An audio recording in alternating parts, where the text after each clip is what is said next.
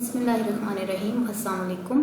Electrochemistry का chapter है जिसमें हम आज देखेंगे स्पॉन्टेनिटी ऑफ रिएक्शन या सेल, यानी कि एक रिएक्शन जो है वो स्पॉन्टेनियसली हो रहा है।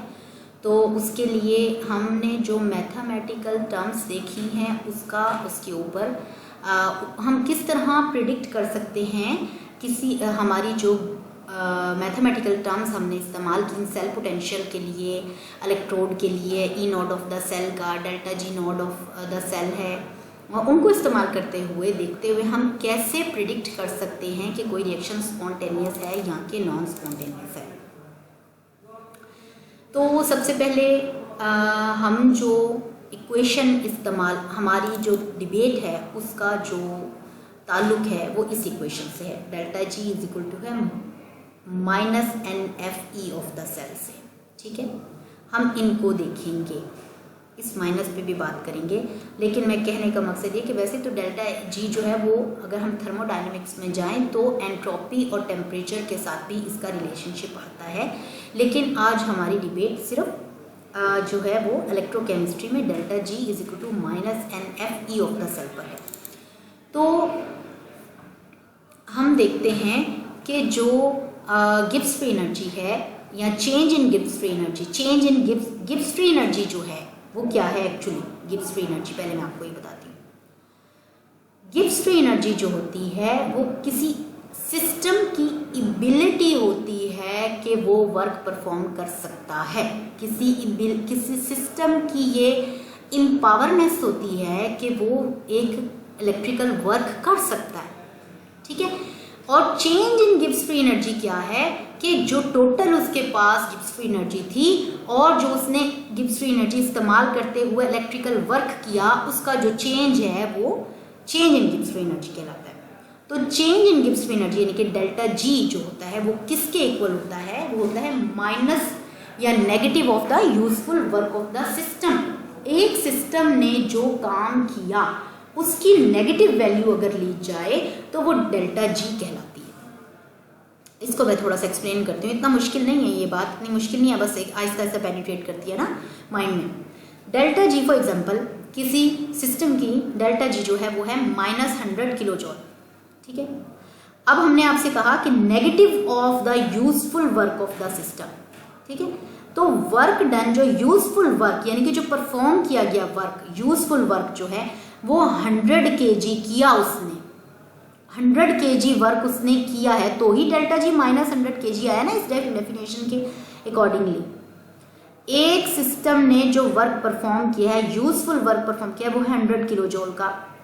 तो वो 100 किलो जॉल क्या है, डेल्टा जी की नेगेटिव वैल्यू है। मतलब इसकी जो डेल्टा जी होगी वो उसने गिब्स फ्री एनर्जी उसके पास -100 किलो जॉल थी, तो उसने वर्क डन जो परफॉर्म किया वो 100 किलो जॉल परफॉर्म किया स्पॉन्टेनियसली। अच्छा, फॉर एग्जांपल एक्चुअली हम कहते हैं कि किसी बॉडी का स्टेबल होना, किसी बॉडी का स्टेबल होना जो है वो, जैसे मैं कहूँ कि एक्सोथर्मिक कोई रिएक्शन है। एक्सोथर्मिक रिएक्शन का मतलब ये है कि वो बहुत एक्साइटेड था सिस्टम, और उस सिस्टम ने जब अपनी एनर्जी लूज की, एक्सोथर्मिक हुआ वो रिएक्शन, तो वो स्टेबल हुआ।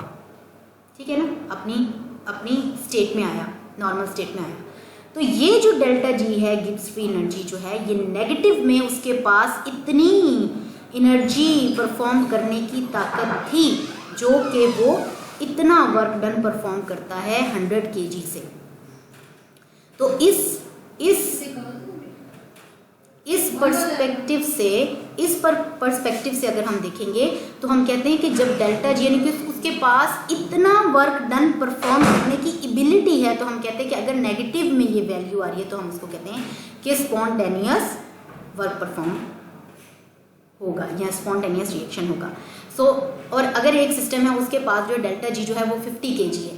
ठीक है, अब वो वर्क जो परफॉर्म कर सकता है इसके अकॉर्डिंगली वो जाहिर है वो नेगेटिव 50 kg का वर्क परफॉर्म कर सकता है। तो इसका मतलब है कि जो डेल्टा जी है वो पॉजिटिव में था, उसको एनर्जी रिक्वायर्ड थी, उसको एनर्जी नहीं कहना चाहिए, उसको इतना किलो जॉल वर्क डन करने के लिए ताकत रिक्वायर्ड थी, मतलब ये डेल्टा जी उसको बाहर से हमें प्रोवाइड करना पड़ेगा, गिब्स फ्री एनर्जी हमें उसे बाहर से प्रोवाइड करनी पड़ेगी, तभी वो इतना वर्क डन परफॉर्म करेगा। आई थिंक सो अब ये बात क्लियर हुई कि डेल्टा जी उसके पास पहले से ही -100 kg में मौजूद था, तो उसने 100 किलो जूल का वर्क परफॉर्म किया। अगर किसी की डेल्टा जी की वैल्यू पॉजिटिव में आ रही है तो इसका मतलब ये है कि उसको बाहर से हमें गिब्स फ्री एनर्जी प्रोवाइड करनी पड़ेगी, तभी वो इतना वर्क डन परफॉर्म कर सकेगा। तो ये ऐसा जो सिस्टम होगा वो सिस्टम जो है वो नॉन स्पॉन्टेनियस होगा, उसे हमें ज़बरदस्ती परफॉर्म करना पड़ेगा। ठीक हो गया? अच्छा जी, आई थिंक ये थोड़ा क्लियर हो गया आपको। अब हम देखते हैं कि फिजिबिलिटी ऑफ द रिएक्शन या स्पॉन्टेनिटी ऑफ द रिएक्शन क्या होगी। ये वही प्रीवियस बातें हैं कि डेल्टा जी होता है वो गिब्स फ्री एनर्जी में चेंज होता है। डेल्टा जी जो है वो अगर हम उसको वर्क डन से रिलेट करते हैं तो useful work done by the system जो है उसकी नेगेटिव वैल्यू, यूजफुल वर्क की नेगेटिव वैल्यू में अगर लेंगे तो ही वो फिजिबल रिएक्शन होगा। So that delta G is equal to -W work done की आपने पहले से हमने पिछले वाले लेक्चर में इसकी जो है इसको सॉल्व करके इसकी वैल्यू निकाली थी, -NF ऑफ द सेल के इक्वल होता है। और अगर स्टैंडर्ड कंडीशंस पे देखेंगे तो delta G not is equal to -NF not of the cell के इक्वल होता है। To get delta G negative, अच्छा ये मैंने पहले भी बताया था कि आप अगर डेल्टा जी या डेल्टा जी नॉट को नेगेटिव में लेना चाहते हैं तो इसका मतलब है कि ई नॉट ऑफ द सेल आपका नेगेटिव नहीं होना चाहिए, पॉजिटिव होना चाहिए। बिकॉज अगर E naught of the cell की वैल्यू आपके पास 50 आ रही है पॉजिटिव में, तो फिर पॉजिटिव और नेगेटिव ये दोनों वैल्यू निकाल कर पुट करके आपका नेगेटिव में वैल्यू आ जाएगी। बट अगर इसकी वैल्यू भी नेगेटिव में आ रही तो ये नेगेटिव और ये नेगेटिव पॉजिटिव हो जाएगा और फिर delta G not of the cell positive हो जाएगा। और मैंने आपको अभी बताया कि अगर delta G not of the cell जो है वो पॉजिटिव में आ गया तो इट मीन्स कि स्पॉन्टेनियस रिएक्शन नहीं है बल्कि नॉन स्पॉन्टेनियस रिएक्शन है और उसको बाहर से हमें फोर्स करना पड़ेगा कि वर्क परफॉर्म करे। ठीक है, in other words we can say that spontaneous reaction, in a spontaneous reaction delta G should be और मस्ट बी नेगेटिव और E naught should be positive. और in other way we can say कि delta G should be less than 0 यानी कि towards the negative value and E naught should be greater than 0 मतलब 1 2 3 4 positive में आएगी, इसकी value negative में आनी चाहिए, इसकी वैल्यू पॉजिटिव में आनी चाहिए। ये एक छोटा सा हमने इसका ग्राफ बनाया जिसके अंदर हम ये बता सकते हैं कि रिएक्शन जो है वो स्पॉन्टेनियस नॉन स्पॉन्टेनियस है, इक्विलिब्रियम पर है, इक्विलिब्रियम में है, तो उसके लिए इनकी वैल्यूज़ क्या हमें बताती हैं। अगर हमने कोई न्यूमेरिकल परफॉर्म किया और उसमें डेल्टा जी की नेगेटिव वैल्यू आ गई तो हम कहेंगे कि वो रिएक्शन स्पॉन्टेनियस है।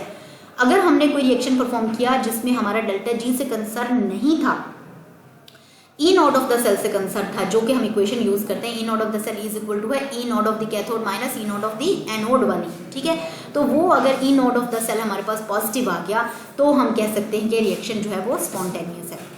अगर डेल्टा जी जो है वो डेल्टा जी या डेल्टा जी नॉट हमारे पास पॉजिटिव आ गया तो इसका मतलब है कि रिएक्शन जो है वो नॉन स्पॉन्टेनियस है। और अगर E naught of the cell यानी जिसमें हमने E naught of the cathode minus E naught of the anode निकाला है, या अगर हम ये वाली इक्वेशन इस्तेमाल करना चाहते हैं और E naught of the cell हमने फाइंड आउट किया है और वो नेगेटिव में आ गया है, तो इस इक्वेशन में भी पुट करें तो नेगेटिव नेगेटिव दोनों मिलके पॉजिटिव हो जाएंगे, तो डेल्टा जी की वैल्यू पॉजिटिव हो जाएगी, तो वो नॉन स्पॉन्टेनियस रिएक्शन होगा।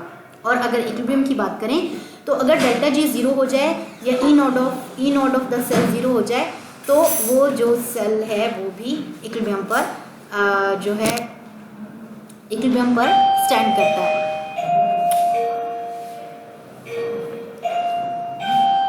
तो अब आगे देख लेते हैं, फाइंड आउट द, अब हम इसके कुछ न्यूमेरिकल्स कर लेते हैं कुछ इस तरह से। तो नेक्स्ट हम देख रहे हैं कुछ न्यूमेरिकल्स जो कि हम इसको find out the standard free energy and predict the feasibility of reaction. यानी पहले भी मैं ये बात डिस्कस कर चुकी हूँ कि फिजिबिलिटी ऑफ द रिएक्शन का मतलब ये है कि हम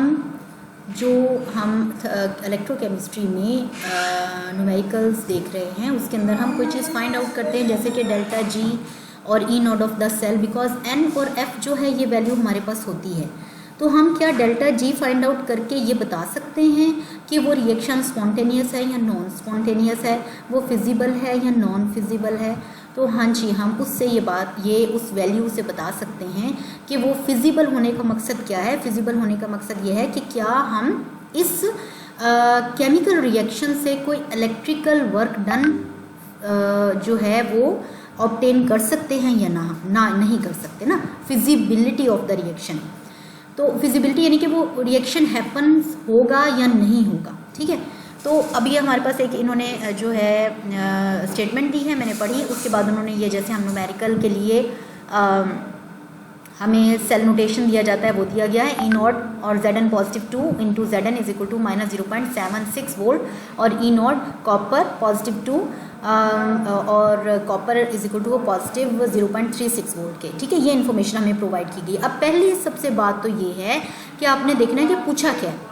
पूछा है standard free energy, standard free energy. So we have to find out the E naught of the cell.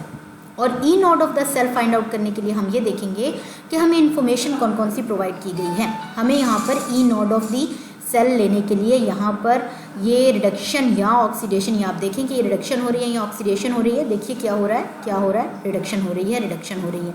उनकी वैल्यूज पुट की गई हैं, दी गई हैं। So the delta G not is equal to है -NF E naught of the cell. ये हमने इक्वेशन सिलेक्ट कर ली कि इस इक्वेशन के लिहाज से हम इसको सॉल्व करेंगे। तो delta G not is equal to minus अब नंबर ऑफ इलेक्ट्रॉन निकालने हैं। इसकी इक्वेशन ये मैंने यहाँ पर लिखी है, Zn पॉजिटिव 2 प्लस 2 इलेक्ट्रॉन और कॉपर पॉजिटिव 2 प्लस 2 इलेक्ट्रॉन, और ये आपको पता है कि इलेक्ट्रॉन से कैंसिल हो जाएंगे। फाइनल इक्वेशन आ गई। तो 2 नंबर ऑफ इलेक्ट्रॉन इसके अंदर। नंबर ऑफ इलेक्ट्रॉन मैं फिर बता रही हूँ कि नंबर ऑफ इलेक्ट्रॉन का मतलब होता है मोल्स ऑफ इलेक्ट्रॉन, ठीक है। तो यहाँ पर हमने लगाया 2 मल्टीप्लाई बाय एफ जो है वो आपको पता है 96500 होता है। ई नॉट की वैल्यू जो आपने फाइंड आउट करनी है उसका फॉर्मूला आपको पता है, कैथोड माइनस ऑफ एनोड होता है। E naught of the cathode minus E naught of the anode. अच्छा जी, कैथोड की वैल्यू पुट कर दी, एनोड की वैल्यू पुट कर दी, और ये हमारे पास आ गया 1.10 वोल्ट। तो आपने Gibbs free energy, standard free energy जो है वो फाइंड आउट कर ली। Delta G not is equal to -212 joules. यहाँ तक एक बात हमने सॉल्व कर ली। अब हमने देखना था कि predict the feasibility of the reaction. तो हमने यहाँ देखा कि ये डेल्टा जी या डेल्टा जी नॉट अगर नेगेटिव में आया तो स्पॉन्टेनियस रिएक्शन है। और स्पॉन्टेनियस रिएक्शन का क्या मतलब है कि रिएक्शन फिजिबल है, रिएक्शन खुद ब खुद होगा, रिएक्शन होना पॉसिबल है। अगर नॉन स्पॉन्टेनियस रिएक्शन है तो इसका मतलब है कि उसके लिए जो इलेक्ट्रिकल वर्क डन है वो हमें फोर्सफुली करवाना पड़ेगा, तो वो रिएक्शन नॉन फिजिबल होगा, नॉट फिजिबल होगा। सो दैट यहाँ पर अब ये हमने देखा इसकी वैल्यू हमारे पास डेल्टा जी नॉट की माइनस में आई, तो हमें पता चला कि ये रिएक्शन फिजिबल है। सो इसका आंसर भी लिखना होगा हमें कि yes this reaction is feasible, ठीक है। I think so now it is clear कि क्या इंपॉर्टेंस है डेल्टा जी नॉट की, क्या इंपॉर्टेंस है ई नॉट की, ई नॉट ऑफ द सेल की, ठीक है। एक और एग्जाम्पल कर लेते हैं। Predict the feasibility of reaction under standard conditions.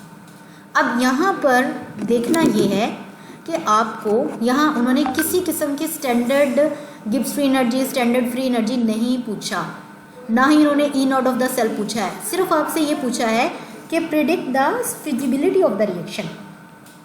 Predict the feasibility of the reaction मतलब ये है कि आपको जो इन्फॉर्मेशन दी गई है मिनिमम वर्क करके आप किस तरीके से फिजिबिलिटी ऑफ द रिएक्शन निकाल सकते हैं। कंडीशंस आपको पता है कि फिजिबिलिटी ऑफ द रिएक्शन सिर्फ यहाँ पर अक्कर करती है कि यहाँ तो डेल्टा जी जो हमारे पास आए वो नेगेटिव में आ जाए, या ई नॉट ऑफ द सेल जो है वो पॉजिटिव में हो। तो ये हमारे पास है, इन्होंने हमें दिया। निकल सॉलिड में है 2H पॉजिटिव एक्वस के साथ निकल positive 2 aqueous plus of H gas की फॉर्म में निकल रहा है। ये जो हमारे पास एक्वस की फॉर्म में और हाइड्रोजन गैस की फॉर्म में निकल रहा है, इसका मतलब ये है कि SHE का इस्तेमाल किया गया है जो कि रेफरेंस इलेक्ट्रोड होता है ना। अच्छा, और हमें इन्होंने इन्फॉर्मेशन दी E naught nickel positive 2 nickel is equal to -0.25 volt के, और E naught H into 1/2 H2 is equal to है 0 वोल्ट के, ठीक है। अच्छा जी, हमें इन्होंने E naught of the cell delta G की बात नहीं की। हमें क्या ज़रूरत है ये वाली इक्वेशन लगाने की, डेल्टा जी की तो उन्होंने बात ही नहीं की। हम तो शॉर्टकट भी इस्तेमाल कर सकते हैं, रैदर कि हम पहले ई नॉट ऑफ द सेल निकालें, फिर हम एन और एफ की वैल्यू पुट करें, फिर हम डेल्टा जी निकालें, फिर हम उसको देखेंगे वो पॉजिटिव है या नेगेटिव, फिर हम कहें कि जी ये इस तरह। हमारे पास तो एक और कंडीशन भी है कि हम simple E naught of the cell को फाइंड आउट करके भी बता सकते हैं कि रिएक्शन फिजिबल है या नहीं। यहाँ पर हमने बताया आपको, यानी E naught of the cell positive आना चाहिए, ठीक है। तो अब हम क्या करते हैं कि हम सिंपल इसको इग्नोर कर देते हैं और हम सिर्फ E naught of the cell निकाल लेते हैं। वैसे तो आप E naught of the cell निकालें वो पॉजिटिव में आएगा, फिर डेल्टा जी निकाले, इतना लंबा करने की ज़रूरत नहीं, उन्होंने पूछा ही नहीं है। अगर वो पूछते कि डेल्टा जी स्टैंडर्ड फ्री एनर्जी भी निकालें तो आप निकालते हैं। अब तो आपने सिर्फ ये बताना है कि रिएक्शन फिजिबल है, दोनों तरीके से हो सकता है, बट हम शॉर्टकट करेंगे। E naught of the cell is equal to E naught of the cathode minus E naught of the anode. Cathode के ऊपर 0 वोल्ट है, माइनस एनोड की वैल्यू जो है माइनस 0.25 है, नेगेटिव नेगेटिव प्लस हो जाएगा। E naught of the cell is equal to है प्लस 0.25 वोल्ट के।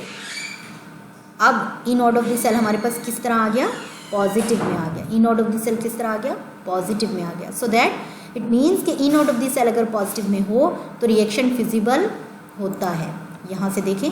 और अगर फिजिबल है तो इट मीन्स यानी स्पॉन्टेनियस है, स्पॉन्टेनियस या खुद ब खुद परफॉर्म हो रहा है और वो रिएक्शन मतलब परफॉर्म किया जा सकता है, फिजिबल है।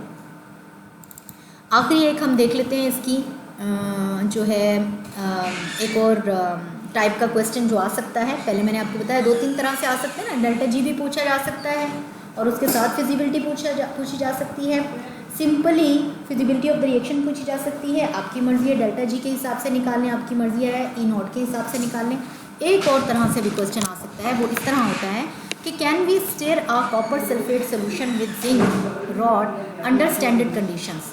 ठीक है, और उन्होंने हमें ये इन्फॉर्मेशन प्रोवाइड किया है। E naught Z N positive 2 into Z N is equal to minus 0.76, E naught copper positive 2 into copper is equal to है प्लस 0.34 वोल्ट के। देख लें कि ये एनोड ये जो है ये क्या हो रहा है, रिडक्शन की वैल्यू है या ऑक्सीडेशन, पता है आपको क्या हो रहा है। ये पॉजिटिव 2 से जिंक में जा रहा है, कॉपर पॉजिटिव 2 से कॉपर में जा रहा है, इसका मतलब है क्या हो रहा है, ये रिडक्शन हो रही है। सो दैट ये हमारे पास रिडक्शन पोटेंशियल है, ये भी रिडक्शन पोटेंशियल है। अगर रिडक्शन नहीं होता तो आप उसको रिडक्शन में पहले कन्वर्ट करते, रिडक्शन पोटेंशियल में। ठीक है, और आपको ये एक इक्वेशन प्रोवाइड की गई है, Z N plus of copper positive 2 into Z N positive 2 plus of copper के।